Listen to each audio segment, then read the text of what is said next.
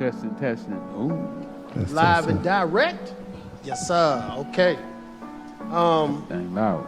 First and foremost, we want to thank, praise the Most High God of Abraham, Isaac, and Jacob, and peace to everybody that's in attendance and viewing us on this episode with our brother, the real Rick Ross, in the collaboration Teach, a.k.a. / Elijah Israel here at the Israel Church of Jesus.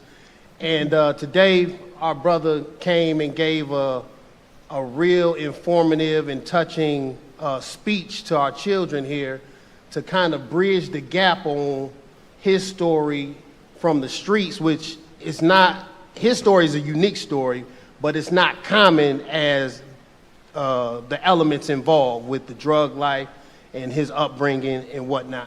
And here today, we're going to spark a conversation to bridge the gap from a street perspective of stuff that went on due to Brother Rick's experiences, and then the spiritual side of what's going on. And hopefully you get the message when it's all said and done. So I'm going to ask a few questions and get the dialogue kicked off. First off, Brother Rick, so you had mentioned that you were born in Texas. Yeah, Tyler, Texas. Excuse me? Tyler, Texas. Okay. So how was your upbringing in Texas for the little time you went there or was born there before you ended up going to the West Coast? Well, you know, with human beings, if they're in a situation and they don't know anything else, they think that situation is great. You know, we're adaptable people. And when I was in Texas, I thought it was a great life. You know, my mom didn't feel the same way because of racism and so forth, so she wanted to move to California. And she packed me and my brother up and moved to California. When I was about 4 years old, maybe. Okay. 3 to 4. Because I kind of dabbled in your book initially last night, and I was trying to get abreast as much as I could about your history. And so when your mother picked y'all up to move to Texas, your older brother David was left behind in Texas with your father, right? Right, for a while. Me and my mom were sleeping on one of my auntie's couches. Okay. So she felt that if she brought my brother too, it would probably be overburdened. Right. Okay. That happened in a lot of black folks' house, right? Yeah. It's cool when you come, but don't override your welcome. Don't overstay, yeah. And we moved from brother, sister houses, you know, like that until my mom eventually got herself settled. Cool.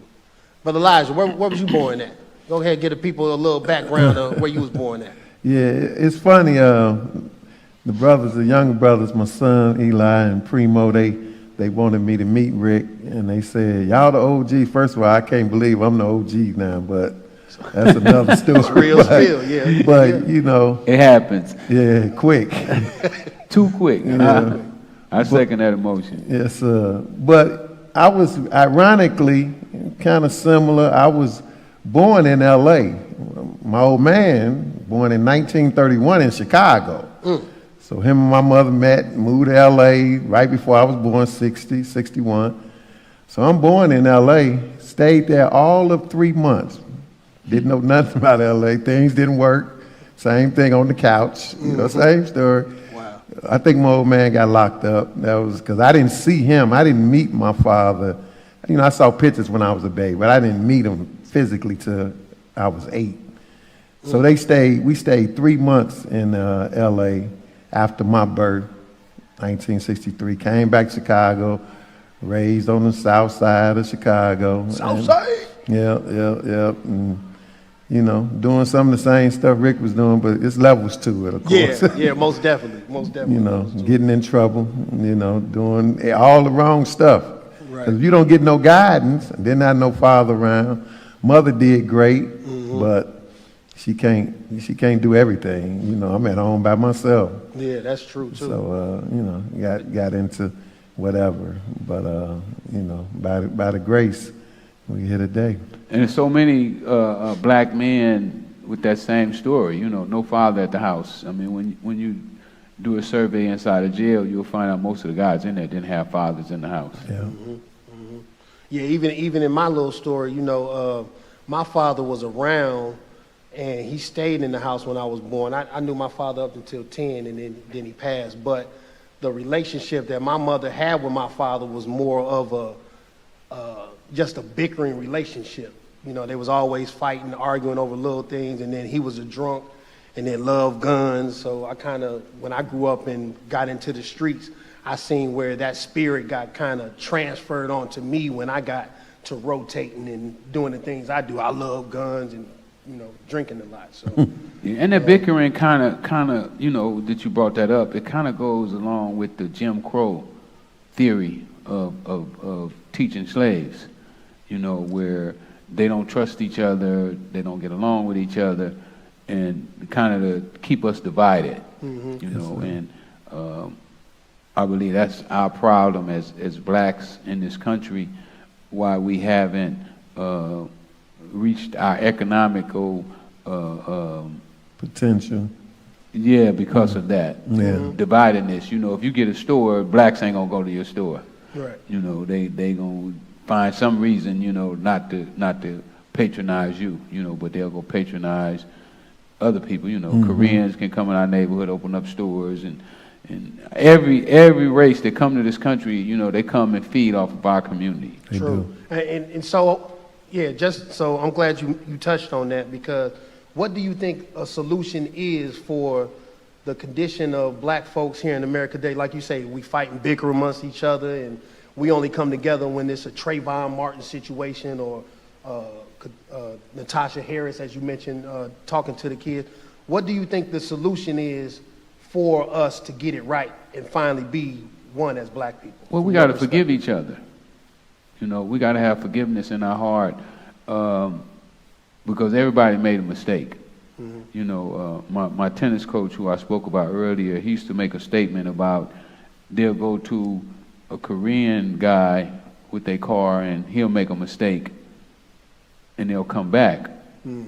But they'll go to a black store, and I usually don't use this word, and I hope they forgive me, but they'll say, that nigga, I ain't never going back to him again. And we're able to forgive others, but we can't forgive ourselves. Right. And I think that our first steps is forgiving ourselves and understand that this hatred of each other, of people who look like us, was bred into us, was taught that this is the way it should be. And it's funny, about slavery and the way it worked, is they would put fear in the mama, and then the mama would teach the sons and the daughters things that was detrimental to their growth, but it kept them alive.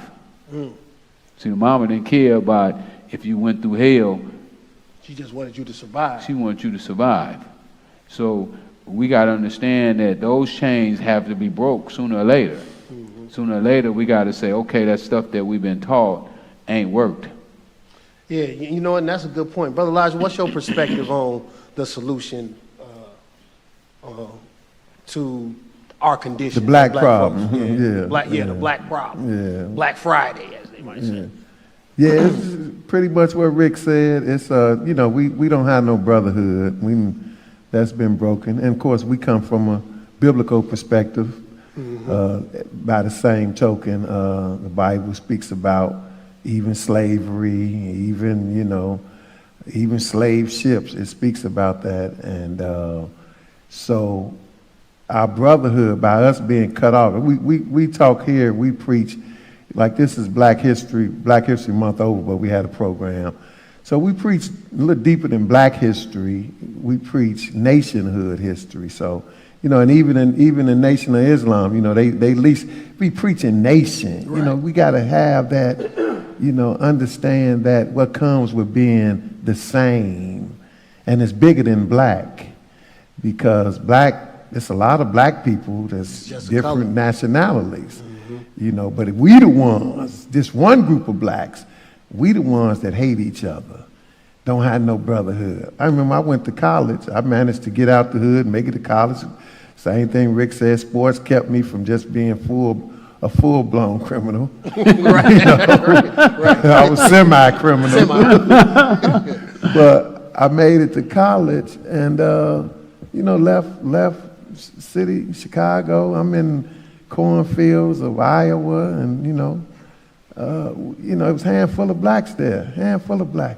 But we all spoke to each other. You see, because it was 500 blacks out of 30,000 people at the school. Right. You see a brother a block away, he'd be like, Glad to Break see his him. hand away. Hey, glad to see him. yes, sir, yes, sir. So when I had to just get back to Chicago, because you walk down the street, brother don't even talk. They looking at you funny if you say hi. Hey, how you doing? Why you all in my business? Yeah. So our brotherhood been broken, and it's foretold in the Bible.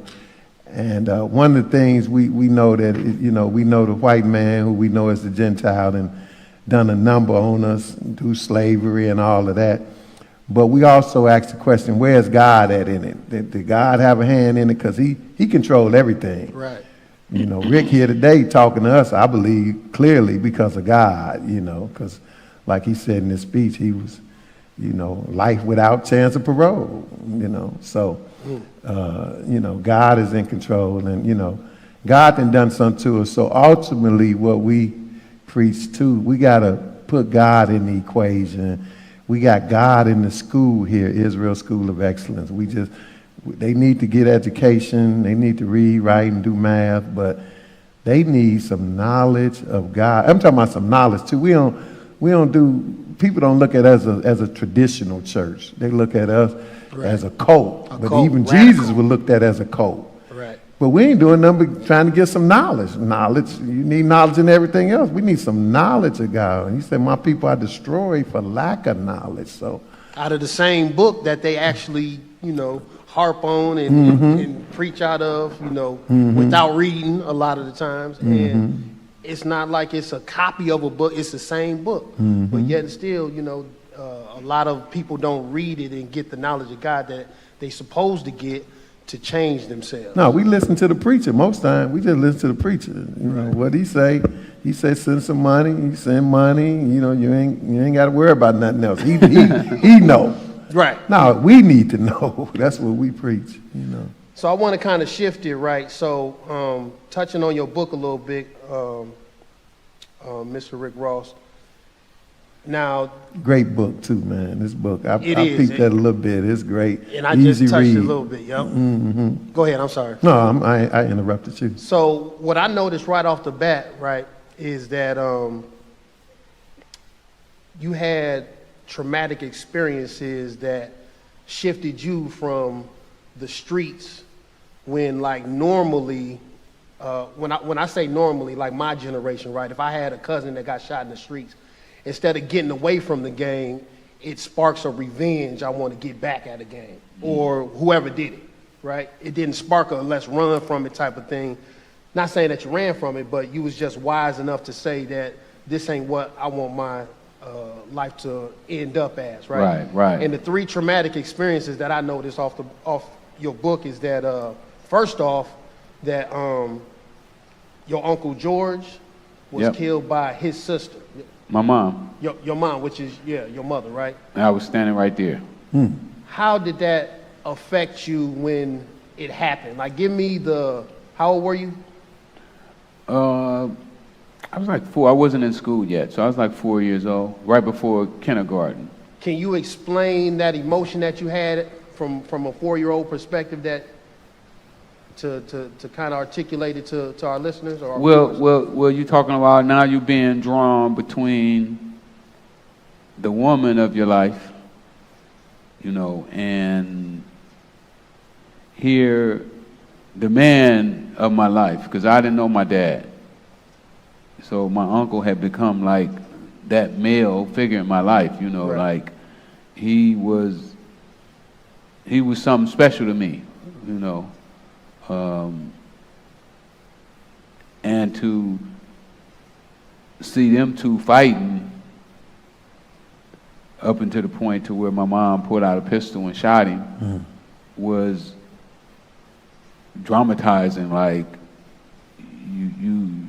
I don't even know how to explain it, but it's like the two people that you care about the most now has just parted ways, and then once I found out that my uncle was never coming back, you know, that he was never gonna walk again, never gonna pick me up in his car again, and do some of the things that that he did to make me laugh, you know, because when we was coming up, we were Flintstone kids, you know, we watched the Flintstones. Yeah, Flintstones, the so cartoon. my uncle, when he would pull up, he would open his door and stick his foot out the car, like he's stopping the car with his foot, and you know, that tickled us. Yeah. So to know that this is never gonna happen again was saddening.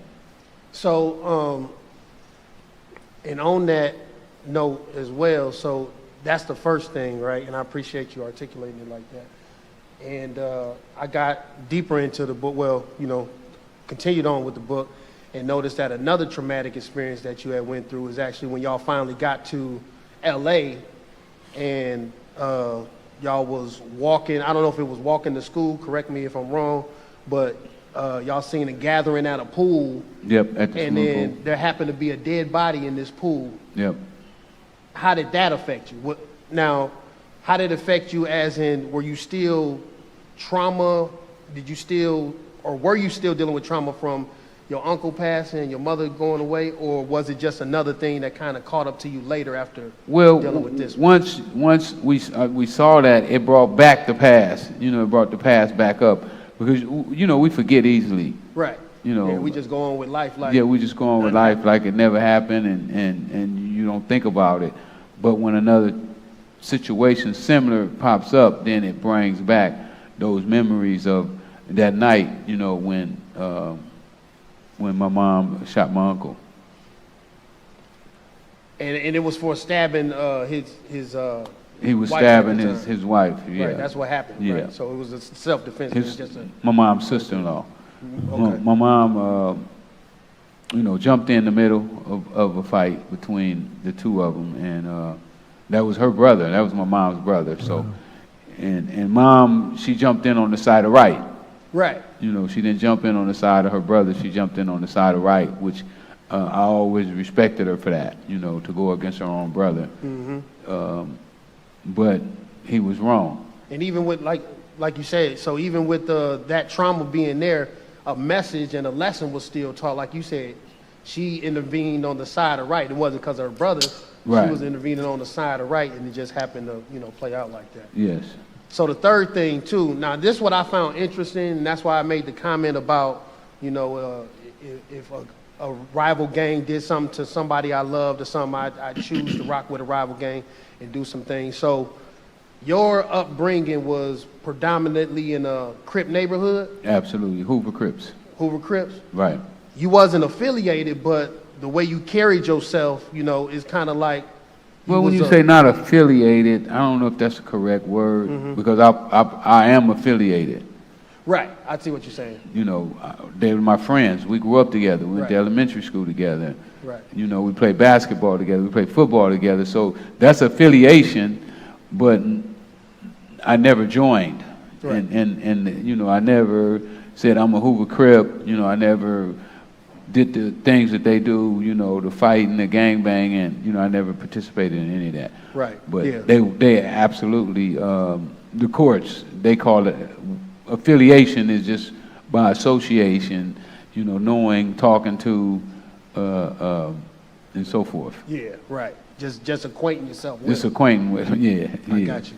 Now, I read in your book that a defining moment was when a certain group of Bloods had walked up on you in school, pulled a pistol on you, put Well, it to. not really on me. Okay, I'll let you explain it. Then. Yeah, not So really. I don't want It wasn't on me. too many spoilers, but Yeah, you know, I want to yeah. get them intrigued about what's going on. I was walking with a couple guys that I was in homeroom with. We all played on this in junior high school where we were going.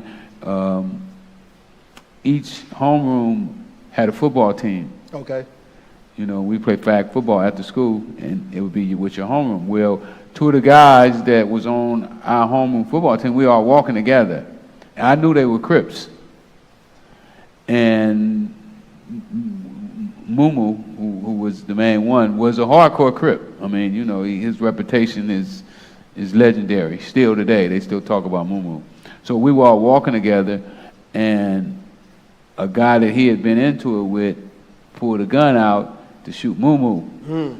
I had been down opening up my locker when I raised up, and I saw the gun pointed, but he wasn't at me, because he could have got me. Right. But he was at Moo. Got you. But I learned just to be in that environment was dangerous, because he could have very easily got me, because I didn't recognize. Moo saw it and got out the way, took off. Right. So that just let me know you have to be careful with your environments as well. Got you.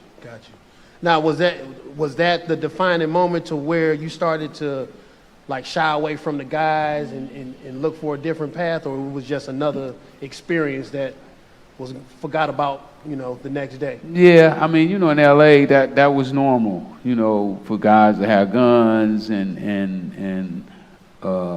it was the first time I had ever been that close to a gun pointed in my direction. And it was the last year of junior high school. So after that year, I went to Dorsey, which was a tennis school and was half, black, half Chinese and Mexicans, and a few whites were still going there. So I went to a totally different environment from there, where Moo went to Washington High School, and a couple other guys went to Fremont. These are still South Central schools. I got on a bus and went to a school in a total different area, so it kind of took me out of that whole environment. Because I can only imagine, had I stayed in that environment, I probably would eventually became a Crip. Eventually. I mean, Eventually, just by, I probably would have. Yeah, victim of circumstance or whatever they want to say. Yeah. With moms. Moms was strict, she wasn't having it. But once you get up to a certain age, right. We kind of start defying what mom has to say. So what was life like in the 80s, of that era when you and the guys? I know, like you said, a lot of your peoples was Hoover Crips. How was the gang beef? That's the word they love to use now. Or how was the gang camaraderie? Because I know there's some set, like even out here in the Midwest, Chicago is like the hub of almost every gang in America branching out outside of, the Crips and Bloods. Well, I think the 70s was kind of the worst time. We lost a lot of guys during that time. A lot of the leaders. Raymond Washington got killed during that time. Kerman, a lot of the guys that had started the Crips and the Bloods, was a lot of violence going on during that time. How was it over here on the Chicago side, like streetwise, brother? Like, did you ever kind of, rub shoulders or had guys when you was playing football? Because you was quite an all-star on the football side. I want you to give your perspective as being an athlete, but still being street at the same time. You know what I mean? Or having street guys. How was the environment over here in the Midwest on? Yeah, definitely. And like I said, similar to Rick, identical. I knew all the, you can't help but know gangbanging when you're in the city. Right. So, but I never joined the gang. I never joined. I hung out. Some people thought I was in the gang. They thought I was, they had around here folks, gangster disciples. I be with them. And I even been mistakenly dapped up because I'm there. They just figure he must be. It's crazy. Must be one of us. Right. It's crazy how our experiences on different parts of the country are almost the same. Yeah, that's what I was saying. So experience is the same. I just was always kind of a loner. My father told me something around 10, 11. He said, yeah, when you do stuff, it's best to do it by yourself. Yeah, you probably ain't going to tell on yourself. Nobody gonna tell on you. I kept that advice. So good advice, too. All right, so what was there anything that was traumatic for you to get out the streets that said, I'm just done with it. I'm a fly right. got into the truth?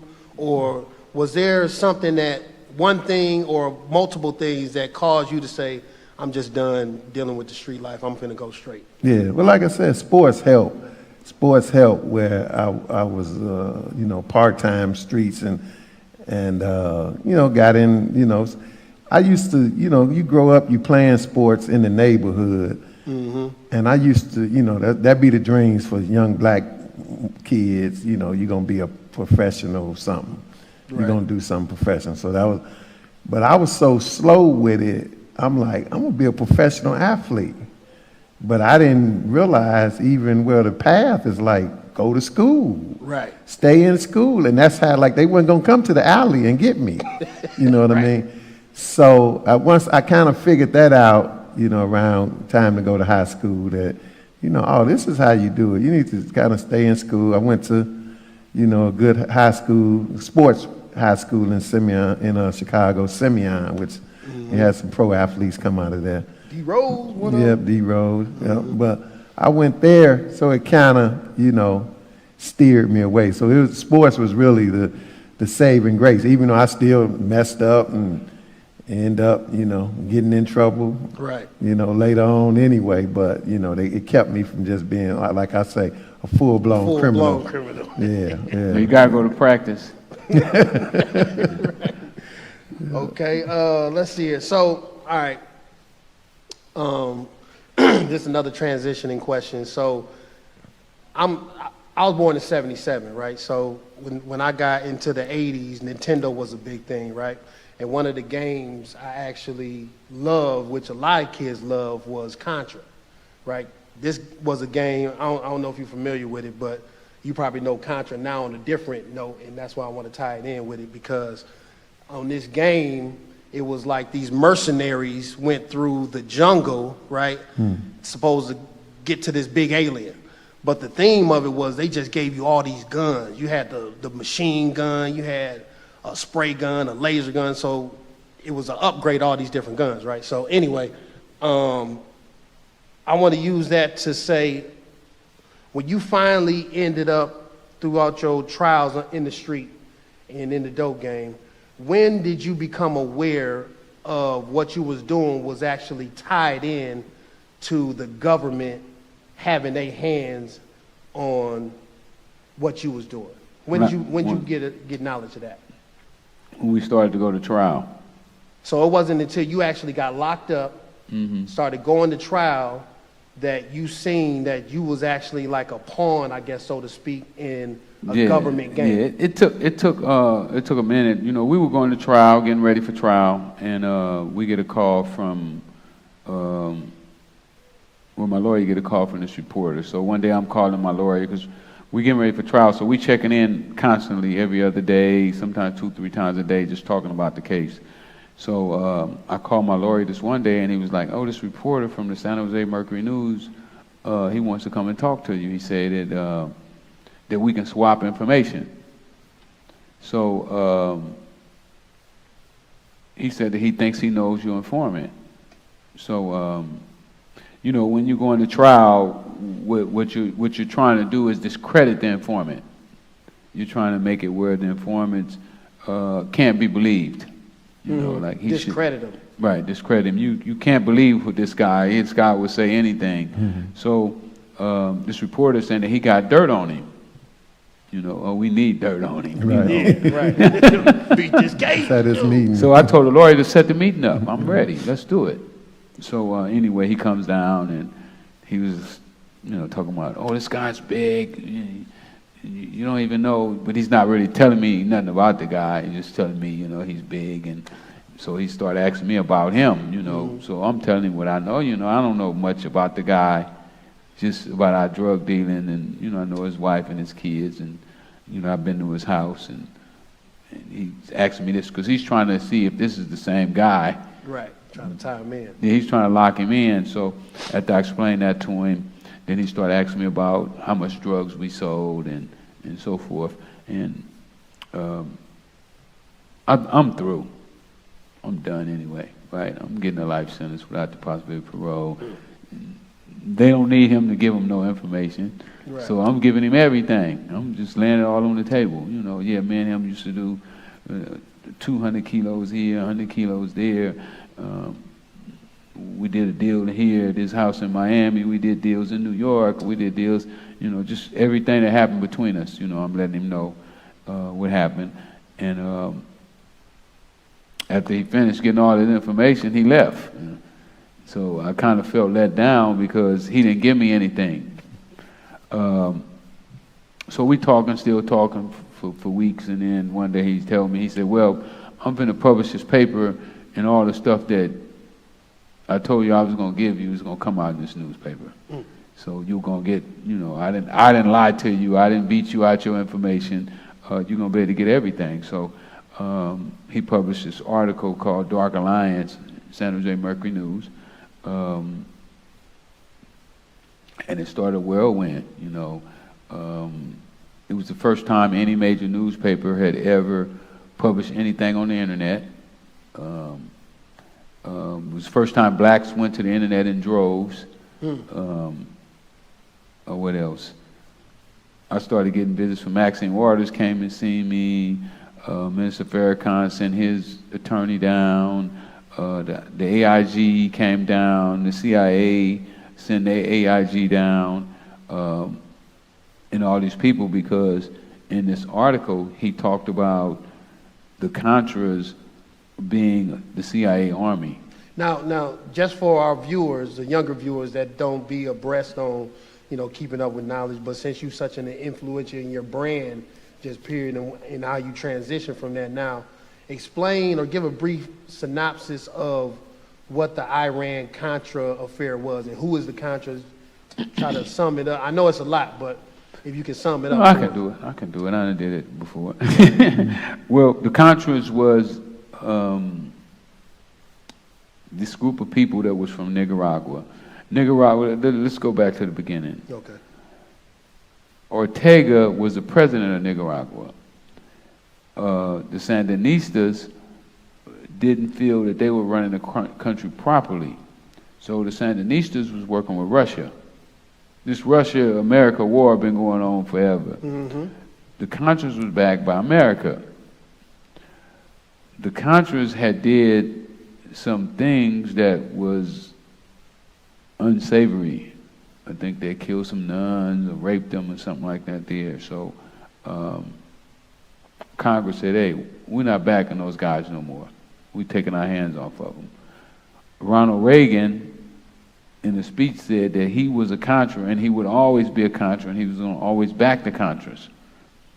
So when Congress told him that he couldn't give them any more money, what he did is he had to figure out how he could get them money without Congress knowing, because it was an offense against the United States of America to get a Contra's money. Illegal. Yeah, just like, I don't know if you remember when Gaddafi was going to give Minister Farrakhan $1 billion, and they said, if you take that money, you're going to jail. Right. Well, it was the same situation. If they gave the Contras money, would be the same type of offense, I would imagine. Right. But on the same lines, you wasn't supposed to be supporting them. They wasn't supposed to be getting money. So they needed to raise money from a source that wouldn't be known.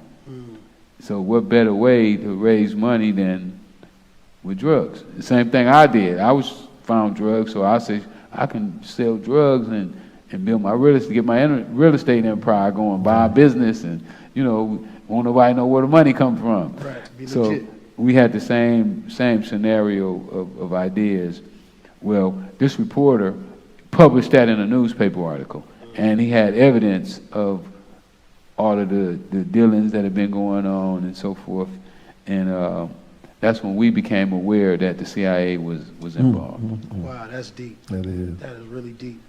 And I don't think a lot of the younger generation don't or understand the impact that particular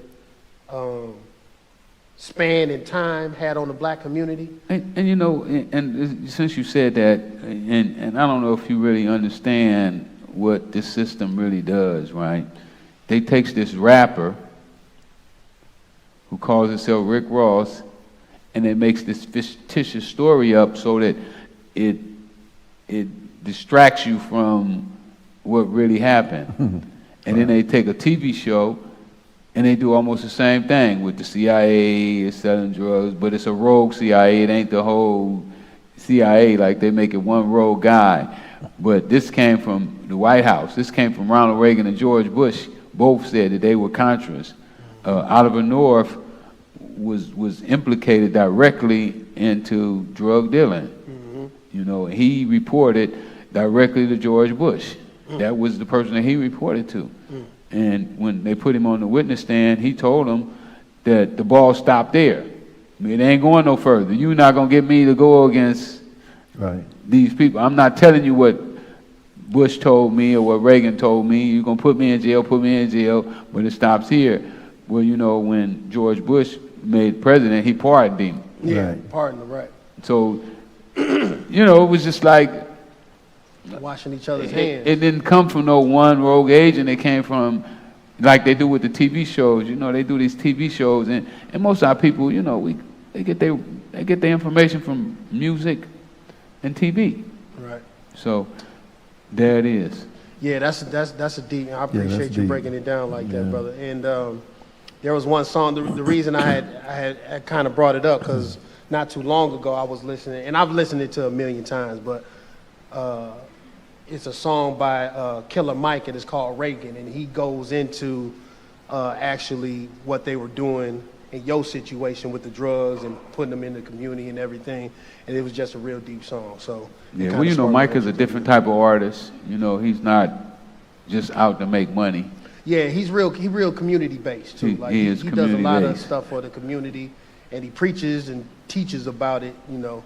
In this community. He gave me one of my first speaking engagements that I got paid for. Mike brought me with him. Killer Mike, huh? Killer Mike, yeah. So he's just a different dude. You know, he's cut from a different cloth.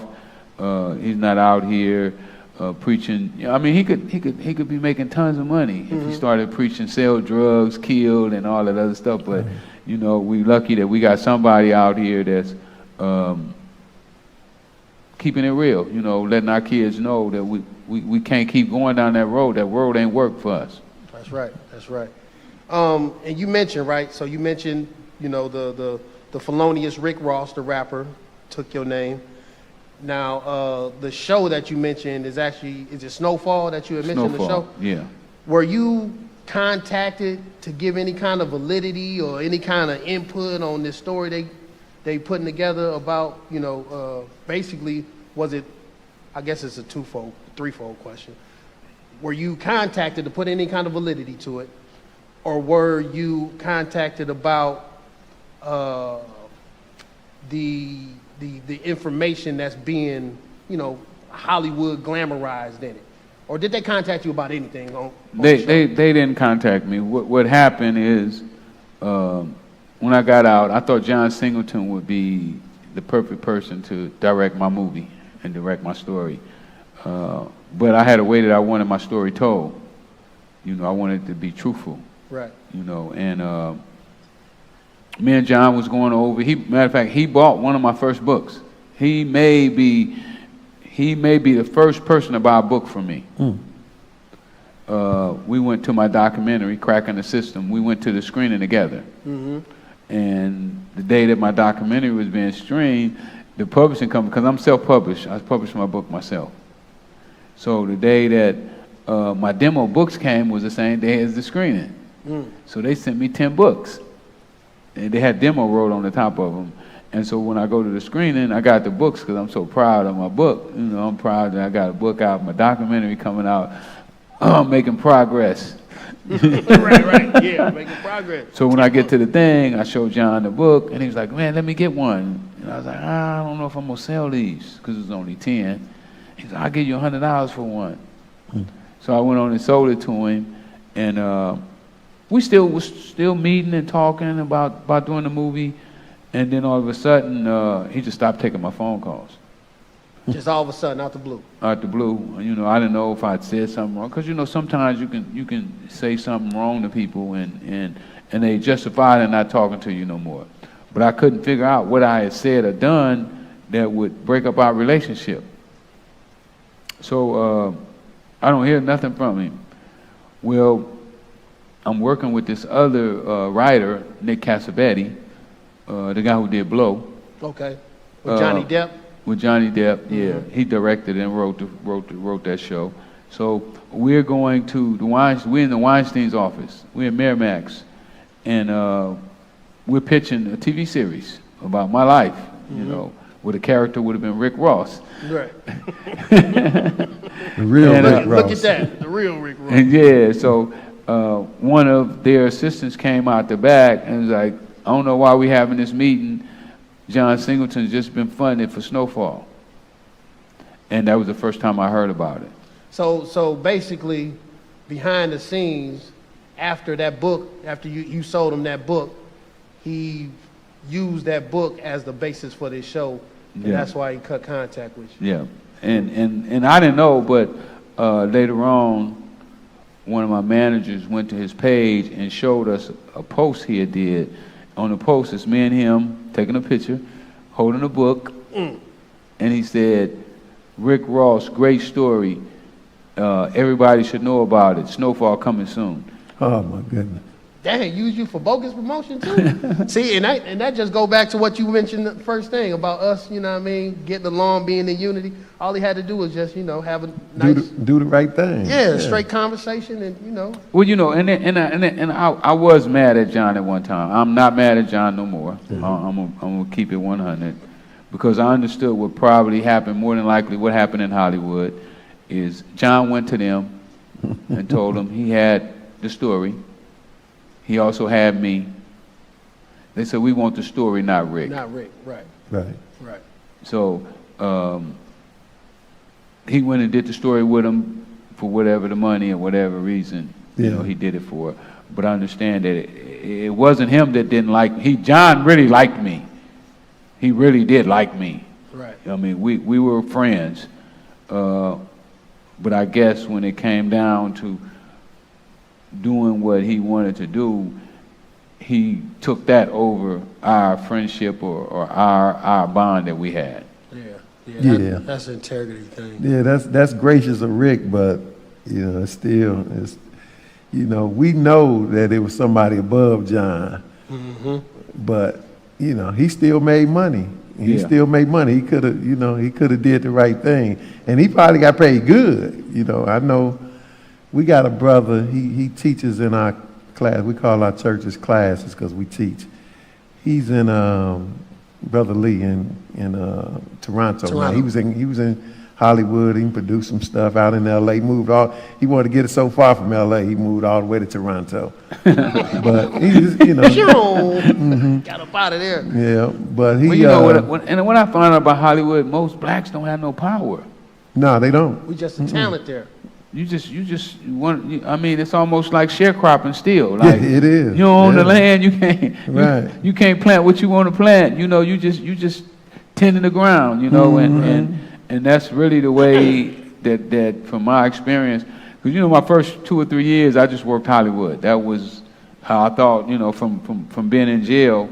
You know, all my plans was around me working Hollywood. Right. You know, getting this movie done, getting the book done. And you know, make a pile of gold and live happily ever after. But what I found out is that most of these guys who we look up to, and that's why they can't really say stuff when stuff happens. You know, they can't really speak out. You know, they can't help you. Right. You know, they can't come and put a school like this. Right. I mean, because these guys got way more money than you. They billionaires. You know what I'm saying? And they ain't did what you doing here with these kids. You know, and I question that. I was trying to do something like this when I was coming. I bought an old theater, which is why I really feel like they set me up on my second arrest. You know, I built a theater, and my dream was to do something like this in L.A. You know, I wanted to have computers. And I wanted to make an area where, because what I noticed about in L.A., a lot of the wealthy blacks don't come to the community because they're scared too. They be scared to come to the hood. Scared of their own. So I wanted a place where they didn't have to be scared. You know, oh, you're going to be safe here. Right. You know, I got permission to say that you can come over here. You know, I went and talked to all the gangs in the area and said, hey, we want to do this here. It's for the kids. Can we get a pass? Right. Will y'all not come over there shooting? You got that. You know what I'm saying? If our enemy over there, we ain't going to shoot him over there. You know, we're going to let him pass over there. So I wanted to build a place like this, like what y'all doing here. And this was in the 80s. I was trying to do this. Wow. So, you know, we got these guys that's multi-billionaires and hundreds of millions of dollars, but we see that is not their interest, you know. Right. They're more into, with the stuff we see with Puff Daddy, you know, belittling our people, beating them down, you know, making them more of what was done to them when they was trying to come into this industry. You know, some of these people put them through a whole lot, you know, to get these positions that are really nothing but positions. Right. At the end of the day, it's just a title in the office, Yeah. so to speak. You know. And you get to drive a Rolls Royce. With perks. I wanna read some scripture, right? Because Brother Elijah mentioned something about like we knowing the whole backdrop of like what's going on. Just and I want you to kind of comment on it, Brother Elijah. But these are two scriptures I want to read, right? So this is Psalms 83:3. It says, "They have taken crafty counsel against thy people and consulted against thy hidden ones. They have said, come and let us cut them off from being a nation, that the name of Israel may be no more in remembrance. For they have consulted together with one consent. They are confederate against thee." Okay? And I want to read one more. And this is Ephesians 6:12. "For we wrestle not against flesh and blood, but against principalities, against powers, against the rulers of the darkness of this world, against spiritual wickedness in high places."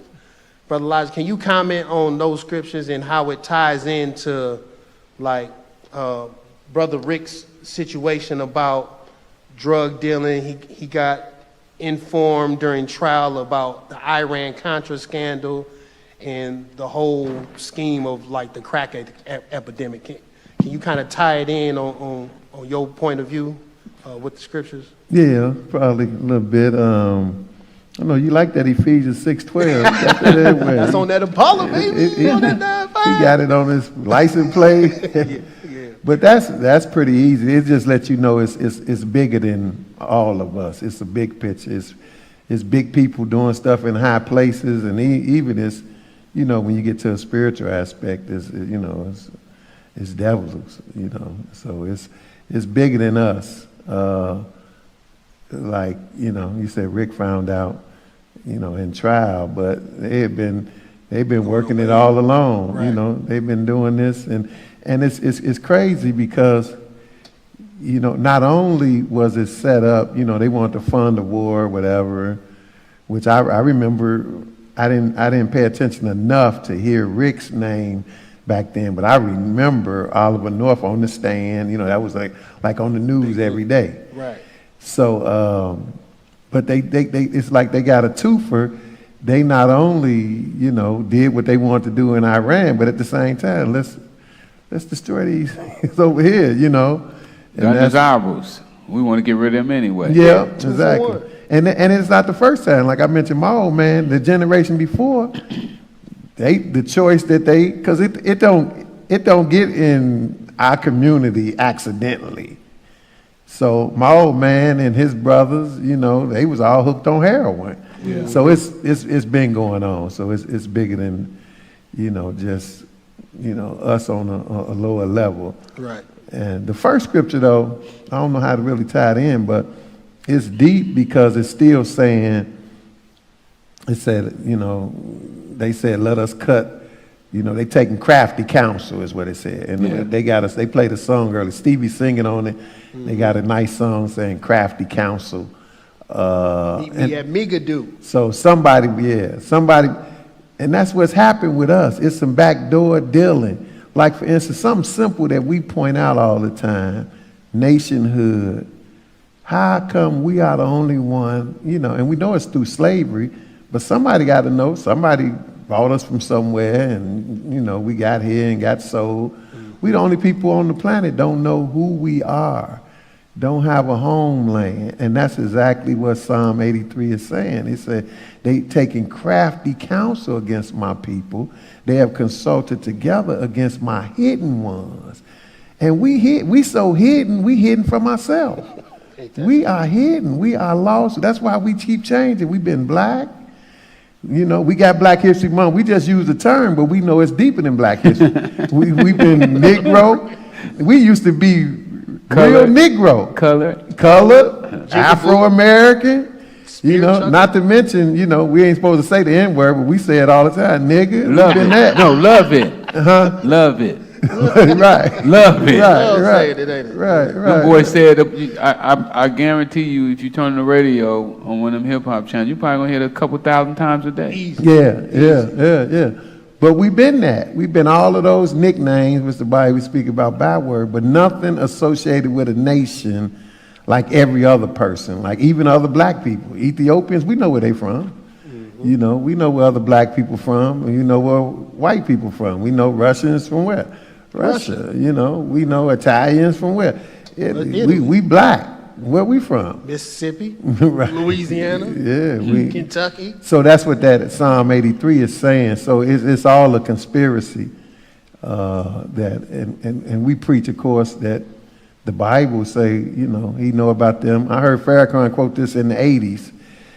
So he preached some of this.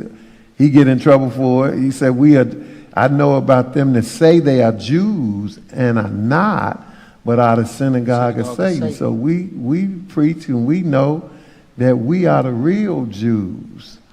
And when you tell people that, they say, well, if we the real Jews, like Kanye was saying,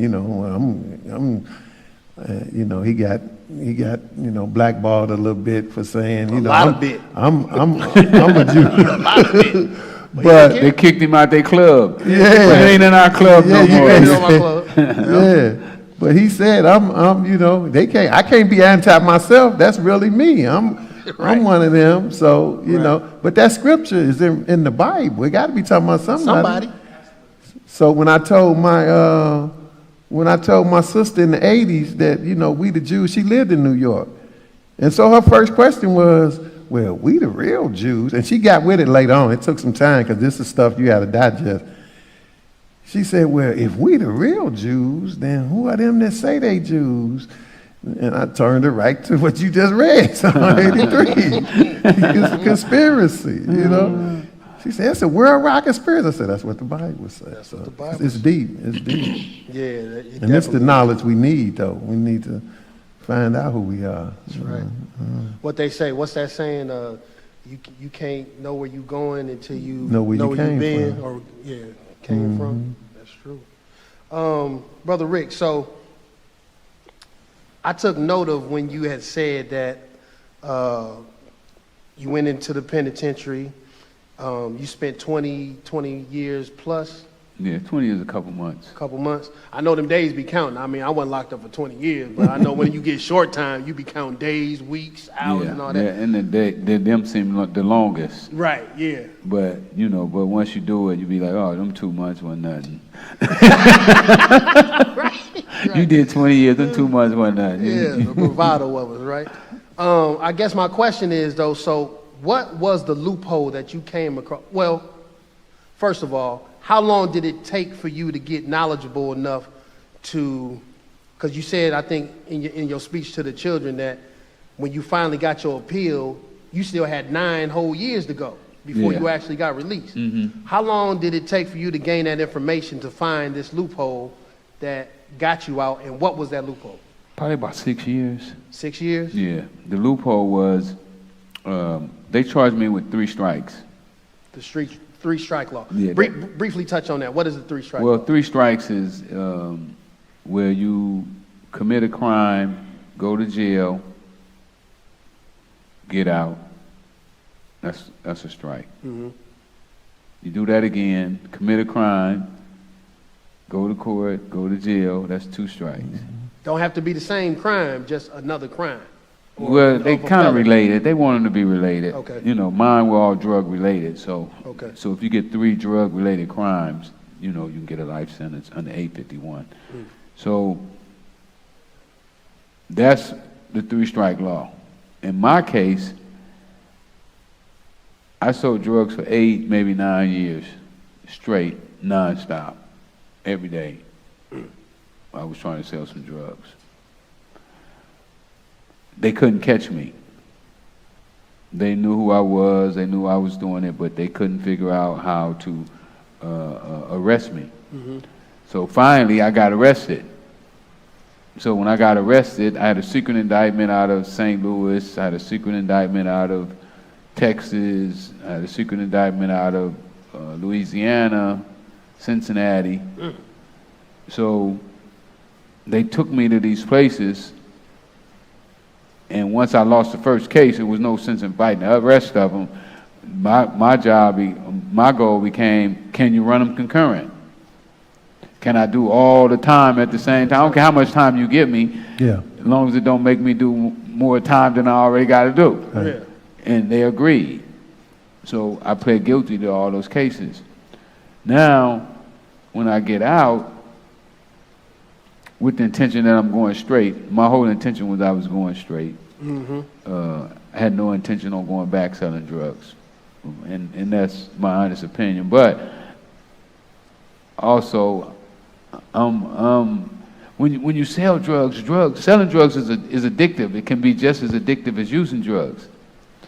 I think it's more addictive than using drugs because you don't have nobody to tell you don't do it no more. But my intention was when I got out, I wasn't going to sell drugs no more. So they put my informant on me, which was my old drug supplier, and I'm building this school like we was talking about. Yeah. And he's telling me, man, why are you asking people to help you raise money? Why are you trying to raise money? You can raise all the money yourself. So eventually I succumbed to his advice. And I found somebody that would buy the drugs from him. I was going to make, $300,000 my cut, which would have put my program on track. So this was like your last ride. This score was going to get the school built. Yeah. Get your exit out the game. Yep, exit out the game. I was going to go into the music business and live happily ever after. But it was a setup. They had put him on me to get me to do that. So I really feel, I'm gonna touch on this because I never really got to touch on it before. But I was out on parole. You know, parole is supposed to be a time period to give you time to readjust to society. But now here I am on parole, and the government, who was paroling me, they don't put an informant on me. Entrapment, so to speak, right? Yeah, they got a guy that's enticing me to get back into drugs. Right. He's calling me every day, telling me how good it is and how sweet it is, and you know, my mental, I'm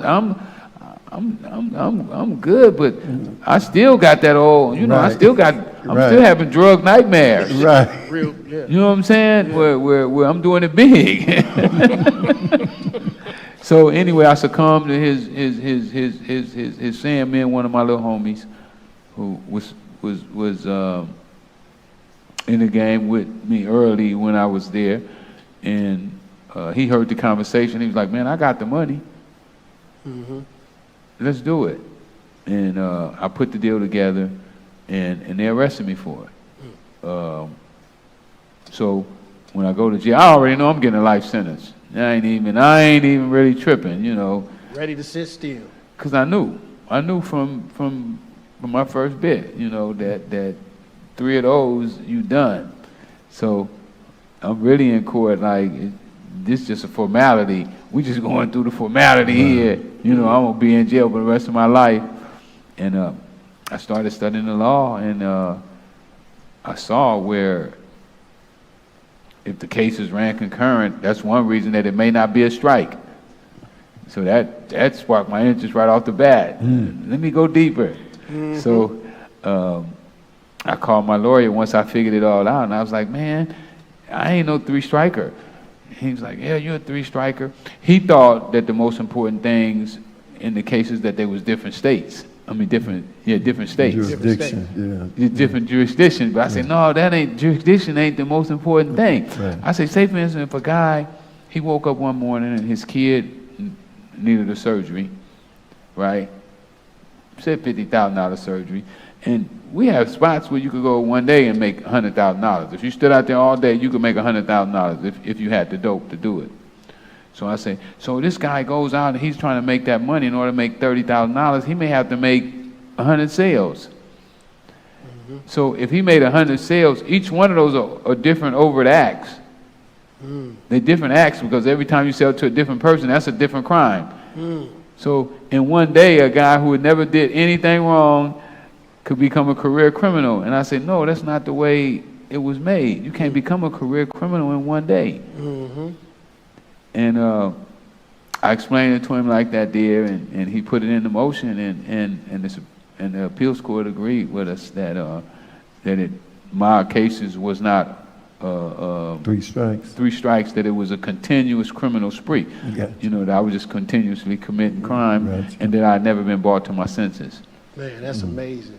That's amazing. But it took your willpower, your dedication to, first of all, going to the joint illiterate, and then getting abreast on even reading law books. I find it hard to read just regular books, let alone law books. It's a different language. Yeah, that jargon is crazy. It's a different language. I had to buy a dictionary. I had to buy a black law dictionary.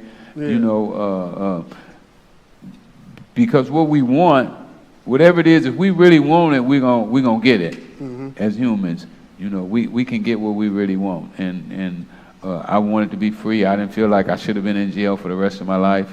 And I felt I had a mission out here. So I went in there and I did what it took to reverse my situation. You executing it honorably, and I applaud you for that, brother, really being a stand-up on what we really call OGs in the game. Not just a OG, it's like you were OG over our OGs that kind of ran these certain pockets in the street. You know what I mean? Yeah. So, well, I want to be somebody that they can say, you know, if he can do it, I can do it. Because that's really what it's going to take for us as a community to put our stuff back together. We need all these OGs out here on the street to say, you know what, we want to make sure these kids make it. We want to get them passes, you know, where they don't have to carry no gun, you know, because every time you carry a gun, you open yourself up to the police doing whatever they want to do to you. Exactly. Out of the 300 books you read, have you ever read the Bible and Quran? Absolutely. What was your take out of, or what was your take or key take out of either one of them, or a significant one over the other? What was your key take out of? And I read them unbiased. You know, I read them both unbiased. You know, Okay. So very much similar. Okay. Very much similar. They say a few things a little different, but they so close to each other that I don't be knowing what the bickering be about. You know. Were you ever close to being converted to either religious group while you was in the penitentiary? You know how brothers go in there, they come out a Muslim. I'm you know both. what I mean? Or I'm both.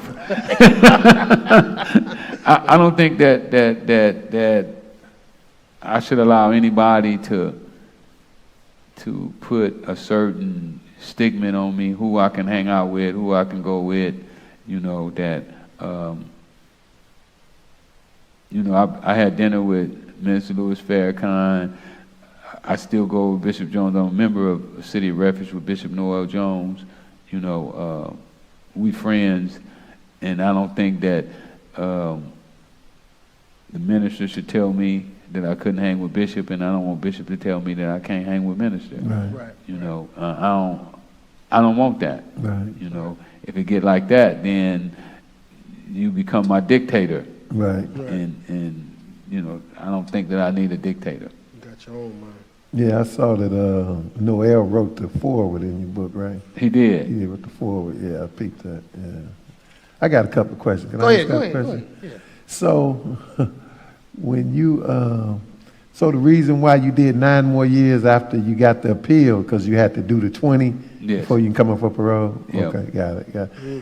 And the other one, where Freeway come from? I know that's That's a nickname. You was I running on the stayed- freeway my getting mom- away from No, them? my mom stayed, but we grew up by the freeway. My mom stayed right on the side of the freeway, so one way, and that was our playground. You know, we played football there. We had basketball rim. We don't met our basketball rim on the street. On the street. Yeah, we had our basketball rim on the street. So people just started saying, you know, Rick, stay by the freeway. And as, you know, it became more popular, it just took on all kind of different, Got it. you know, the news and the police. Oh, they call him freeway because he's selling dope off the off-ramp. Right. Yeah. And I did buy houses just like my mama's house because I recognized, you know, I was a critical thinker even though I wasn't totally critical thinking. Yeah. But I recognized on my mom's street, it was nothing there to disturb but the freeway. So I said, that's how I want all my houses. So I bought like 4 houses down the side of the freeway in different parts, you know, where I would hide out at, and you know, and they would allow, you know, all the cars to come around, and we got away with a lot more stuff for doing it like that. That's Mo. No, that's it. Another question come to mind. Man, I could sit here and just try to pick your brain all day, brother. I hope I ain't taking up too much of your time. But Get them right here. right, you're right. So, okay, being a young buck in the street, right?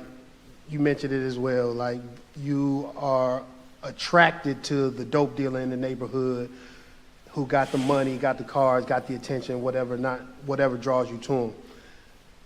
But at the end of the day, a lot of the times there's a whole bunch of violence that's tied into it, right? It's violence that's tied into Our that type of neighborhood game. is violent. Neighborhood, period, right? The neighborhood is violent. It ain't necessarily the people that are in the activity, but our neighborhoods are violent, you know. And most of the incidents starting in our neighborhood is over women. I hear that a lot in the, like Pac said that a lot of times, you know what I mean? The main thing that'll go down and be behind, you know. Yeah, they start over, you know, you stay over here, you're blood, and you messing with a Crip's girlfriend, you know, it just takes it to a whole nother level. Right. But for the most part, and the feds did studies too, and they found out most drug dealers are not violent. Most drug dealers don't want violence involved in the business. Mess up the bread. Mess up the bread. Police come around, you can't sell no dope. Right. Right. Making it hot, as they say. Making it hot, exactly. So Now, my question was, I hear a lot of stories about, you know, like, I don't know, Nicky Barnes or the Frank Lucases, you know, or even the mob, right, the Italian mob, right? A lot of those entities and people, they automatically, violence is tied into their name for what they was in the game. You on a different hand, I didn't, even being in the street and being around cats that sold drugs, I didn't hear your name attached to a lot of just total violence, right?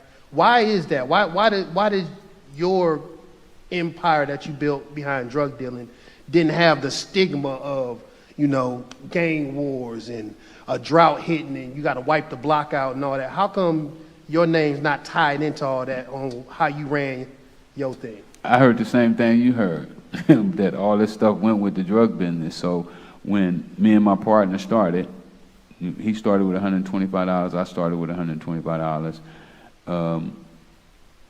I told him, and we agreed, that we were only going to hurt somebody in self-defense. So if nobody was trying to hurt us, then we wasn't going to hurt nobody. We wasn't going to, if a guy owed us $200,000, $300,000, we wasn't going to kill him. And we stuck to that. We stuck to that model.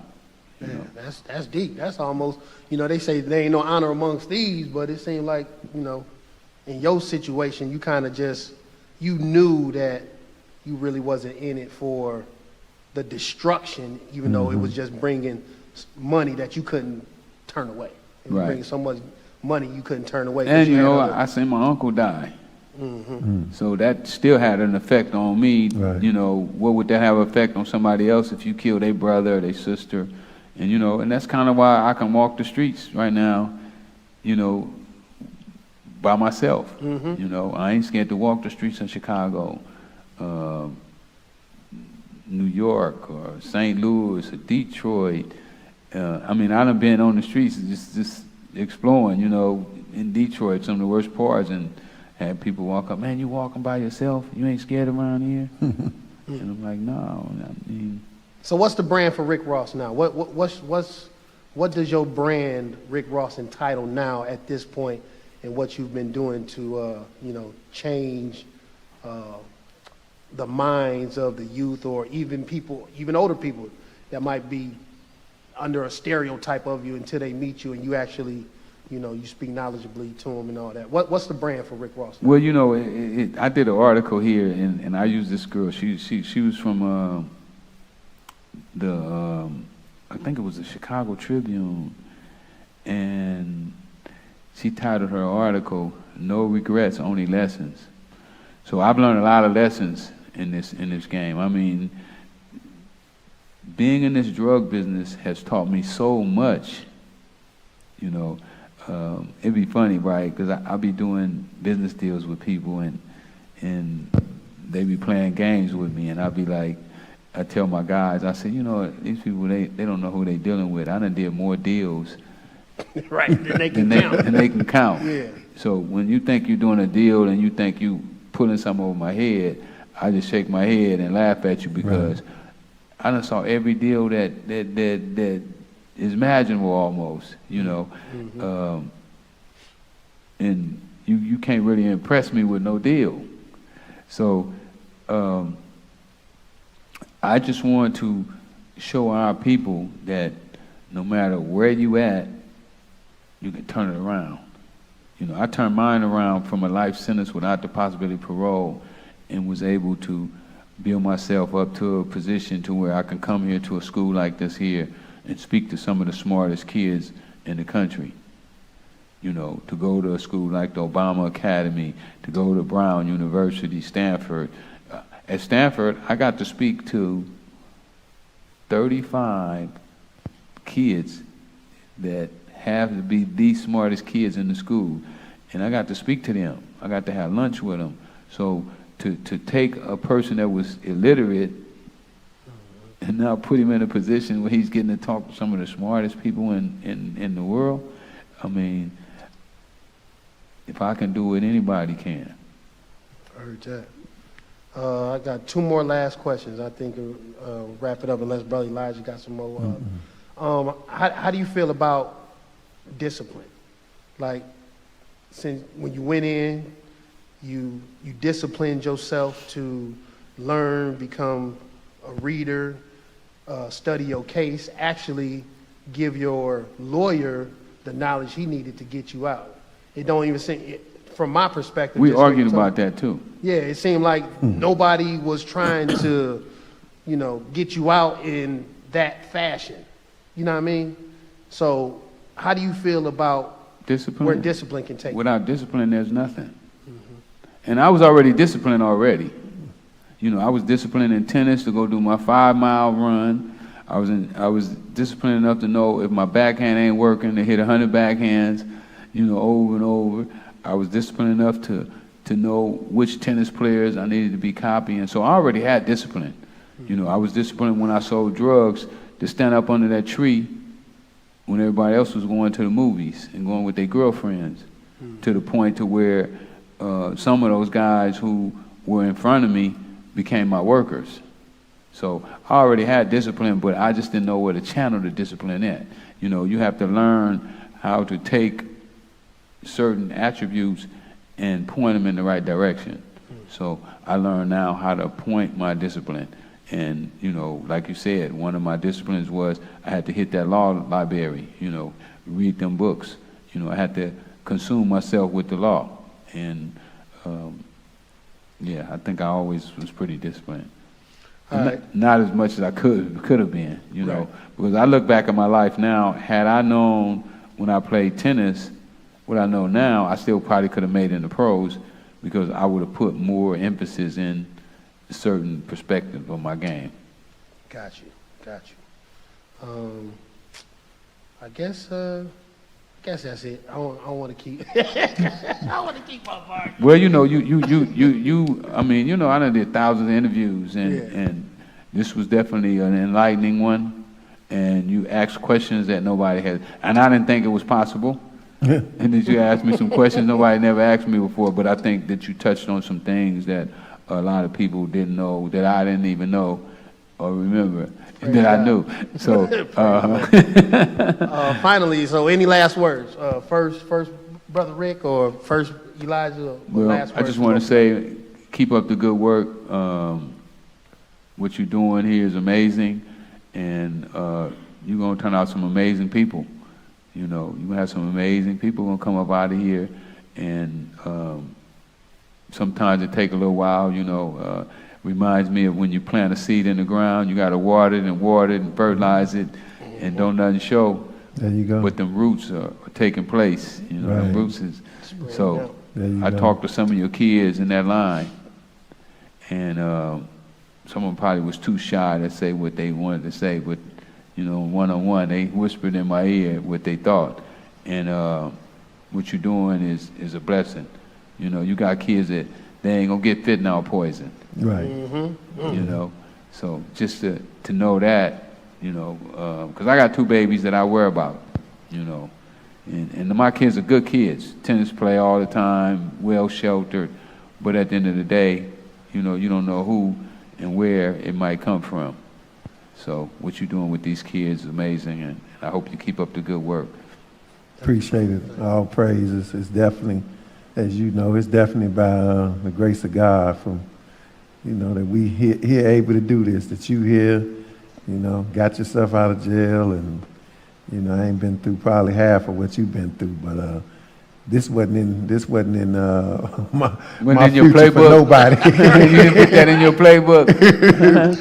Definitely not, but I appreciate you, Rick, and not only, you know, I know you the real Rick Ross, but overall, he a real one, period, because I want to see an essay. Yeah, we're gonna do that. I want to see an essay. We're gonna I have want to see essay what some of these. content. Yeah. I want to see what these kids gonna say on their essay. Yeah. Because I think we're gonna hear some amazing stuff.